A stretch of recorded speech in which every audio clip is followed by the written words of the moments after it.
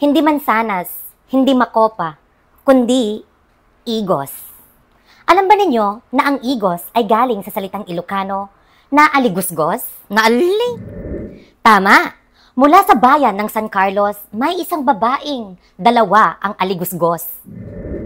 At ang babaeng ito ay nasadot nga agdigos. Na ala! Iso nga tilingot na, kat agkalinduos, kunti amo tikilikilina, kat aga abuos. Eme, iso nga gimatang ititawas nga tagdudos, kunjay kilikilina, apan na ingkuskos. Nala kayo. Ngamangot, day tikilikilina, madinga na ikat nga pulos, dinapayan kayat, iti gumastos. Iso nga napan, naglemes ijikulos, taangot na, kat may paayos. Nala! Iso nga agitay babae, nga nahilig nga mangan ti igos, isuda agitay babae, nga nasadot agdigos.